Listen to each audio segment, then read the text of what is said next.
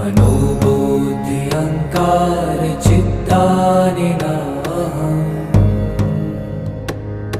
न च श्रोत्रजिह्वे न च घ्राणनेत्रे न च व्योमभूमिर्न तेजो न वायु चिदानन्दरूप शिवोऽहं शिवोऽहम्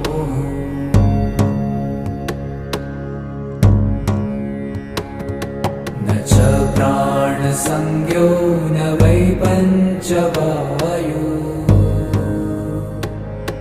न वा सप्तधातु न वा पञ्चकोश न वा पाणिपादं न चोपस्थपायु